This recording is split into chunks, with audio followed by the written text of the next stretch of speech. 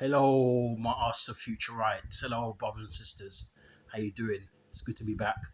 This is just a quick, short video, just a quick review of the game last week. Wow, that seems like a long time ago. Our game against Manchester United, Arsenal or Manchester United versus Arsenal last week at the Old Trafford. Because we've got to get moved. Because we're playing Leeds in a day or two's time, and so I wanted to hurry up with the review. We should have done it ages ago.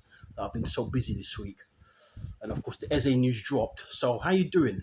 And before I go any further, please smash a like on this video because it helps with the algorithms. YouTube loves when you send a like to the videos, and because it helps them to push out to wider audiences. And if you haven't done so already, please subscribe to our channel. There's a lot of good things coming, a lot of new things coming. Don't watch it in a moment. We're still on in the preliminary rounds. We've got loads more great things to come, but we're still starting, and we're in a very, very tight budget. Yes, but without much ado, let's get into the match. It was a 1-0 win for Arsenal. I thought we were going to score more goals than we did. I thought we would have probably scored at least 2 goals up at Old Trafford, and but the thing is, the Manchester United they came at us, and surprisingly, we had no, we didn't attack much. We seemed to be playing like the typical away side, uh, you know, conceding possession and letting them have the ball, and then coming into us, but coming onto us. But the little I saw, we were giving the ball away so much. As soon as we got the ball, we either misplacing passes, or we just gave it back to a red shirt. Maybe we thought we were playing at home or something. But yes, it wasn't a tidy performance, but it was a professional performance. It reminded me of those days when we used to win 1-0 under George Graham. I don't know if many of you remember those days, going back 30 or so years, 30, 35 years, when we used to win 1-0, especially away from home. And that's how we won titles in those days, because we won 2 titles like that, going away from home, winning 1-0. And then when we played at Highbury in those days, we'd batter teams up. But yes, a professional win is a professional win. And of course, the goal came on 13 minutes. So he scored an early goal from a corner.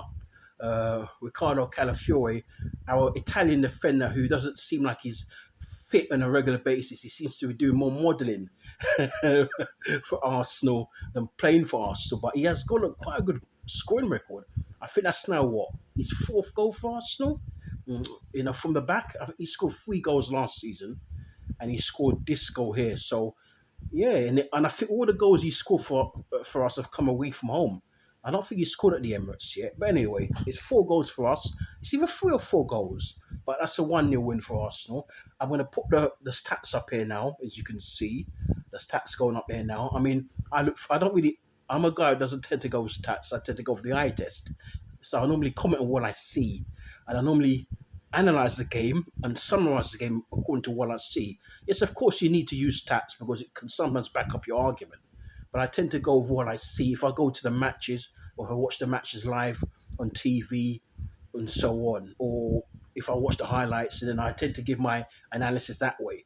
But I don't always tend to go with stats, because sometimes stats don't tell you the right answers, and sometimes I've been to matches before, and I fought a certain team, the team that won, that totally dominated possession. I need to come home and look at the stats, and it says something totally different.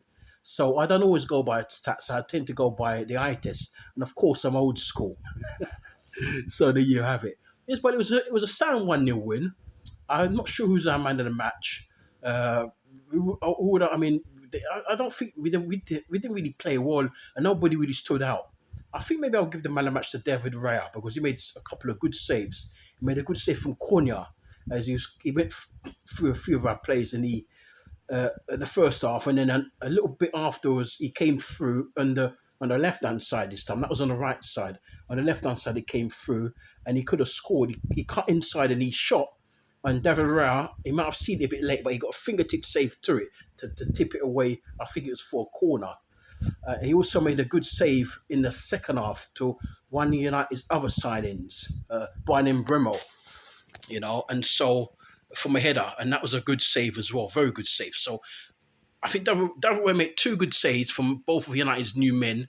So I think I'm going to go for him as the man in the match, and yes. So the most important thing is 3 points, and of course we soon heard a day or two after the match that unfortunately Kai Havertz has picked up a supposed knee injury. Initially, the initial thought was that he was going to be out for maybe 7 to 8 months, but now they're saying that Arsenal are saying that the injury is not as serious as they first thought. So it could only be maybe a 2 or 3 month layoff. And maybe some people are saying that maybe that's why we went for Eze, because of that. And also we renewed, and which I didn't talk about on this channel, I was supposed to, but so many news coming from Arsenal all at once that I kind of like forgotten all about it. But yes, Leandro Trossard has signed a new contract extension, the same length of time, but just on better wages. And a lot of our fan base was fuming.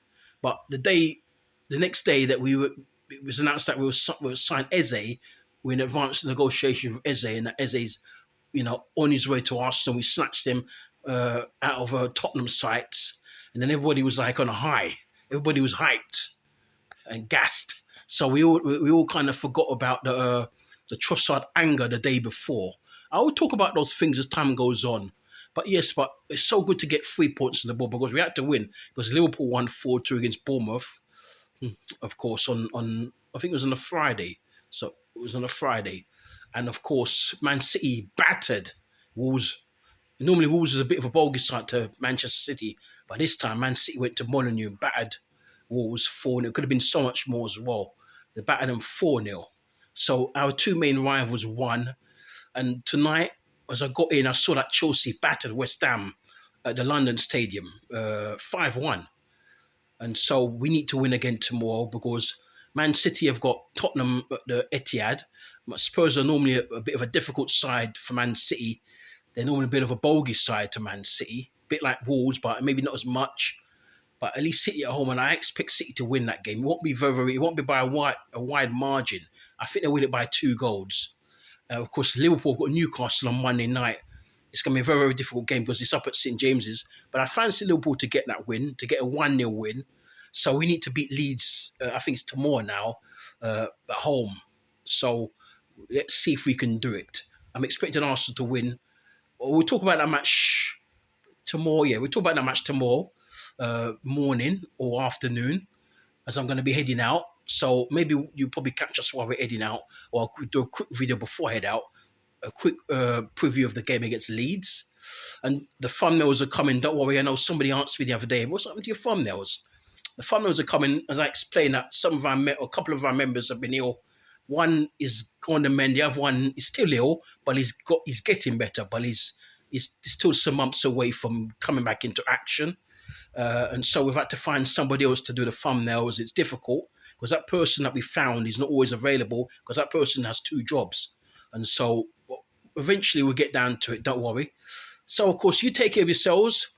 I think that's all I've got to say. I'm really going to bookings and so on. We're just going to go into that. And we played, the game against Manchester United on Sunday. We've really got to come out of this defensive pattern of play. We need to get back to how we were playing 2 seasons ago. No, it's actually 3 seasons ago when we had Gabriel Jesus and all that, and Gabriel Martinelli was chipping in with goals and Zinchenko was inverted. We need to get back to that type of game where we're just attacked and many of the teams are scared of us. We need to get back to that because at the moment this defensive, some people call it pragmatic football. It's not really. It's making us fall asleep when we're watching Arsenal. So we really need to get back to our gameplay of 3 seasons ago when we used to warp teams, and even to how we were a couple of seasons ago.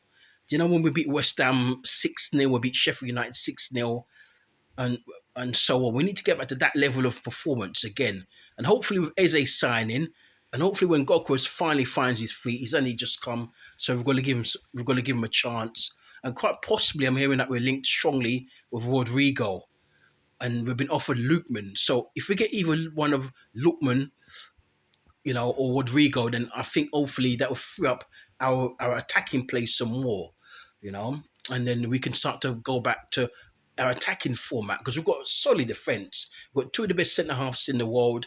Some say they're the 2 best centre half pairings right now currently in the world. And we've got, of course, Timber on the right-hand side. Timber's an awesome player. And, of course, on the left-hand side, we've got Miles Lewis-Skelly who inverts as well, and of course got the two great midfielders in front of them, and Declan Rice, and of course Martin Zubimendi, two great defensive players sitting in front of that back four. We've got a solid keeper in Raya, so we're not going to concede much. So we shouldn't have to worry about people tracking back. And I think that's why Martinelli's game has gone down the pan as well, because Arteta wants him to keep tracking back and defending. I think Saka's the only player in our team who is not, who doesn't sort of hinder from attacking. He allows Saka to do what he wants going forward. But it seems like Martinelli has to keep tracking back. And of course, our first line of defence starts with a captain, Martin Odegaard, who's always pressing. So that when we start pressing, we start from Martin Odegaard. And then I'm hoping that he's not going to make Victor Gyökeres press as well, because that means that all of our attacking play is just going to be stifled just by running and tackling and pressing. And then when we go forward, there's nothing there. And then we needed more pace. But now we've got that with Madueke. Eze's got a bit of pace. Of course, Saka's got a bit of pace. We needed more. Martinelli's probably the quickest one in our team. So I hope Arteta releases the handbrakes and let all these guys stop them from always having to track back. Of course, if there's a player, an opposition player around you, you try and tackle him. You try and nudge him off the ball. I played football before, and you've got to do that. But for them to be constantly defending for the whole match, it's pointless. But we're going to talk about that some more. I like our pressing play, but as long as we don't overdo it, and then so that we're not creating anything, we're just defending and all that, and it's going to hamper guys going, like as I just mentioned, Martinelli going forward. It's going to hamper him. So we'll talk about that at a later date, another time. When we've got some free time, we'll speak about our tactics and the way to go forward, and how how many fans who I talk to like Arsenal to play going forward. Don't forget to subscribe to this channel. Of course, I mentioned it before, but you're going to keep mentioning it. Hit a like hit a slash on the like, and keep subscribing to this channel and spread the word if you can. We're going to grow, and we've got some great content coming up. It's a bit slow because of what I mentioned. Some of you know, but if some of you are just coming in, we've had some health issues with a couple of our key members of staff. One of them is on his way to recovery. He might need 2 more months. The other one is about maybe another 4 or 5 months away, not well at all. But he's gotten better, and I go and see him all the time. But yes, the doctors are hopeful that he'll be okay. But it's a serious injury. It's a serious illness. Diabetes is not a good thing. When you have diabetes, it's a bad thing, man. It can literally leave you crippled. But anyway, you take care of yourself, and show love to one another. Show love to this channel by keep supporting us, subscribing to us. Leave your comments down below. Like the videos. You can go back. We've made about 175 videos in 2 years. We could have done more, but we've had issues of but just you can go back and like the videos, the shorts we've done. We've done a couple of lives, but some of the lives never came out. I'm looking to delete them. But don't worry, it's a good channel. Stay with us, and we'll stay with you. You take care, and I'll see you tomorrow with the preview of the Arsenal Leeds United game at the Emirates. Adios. Take care.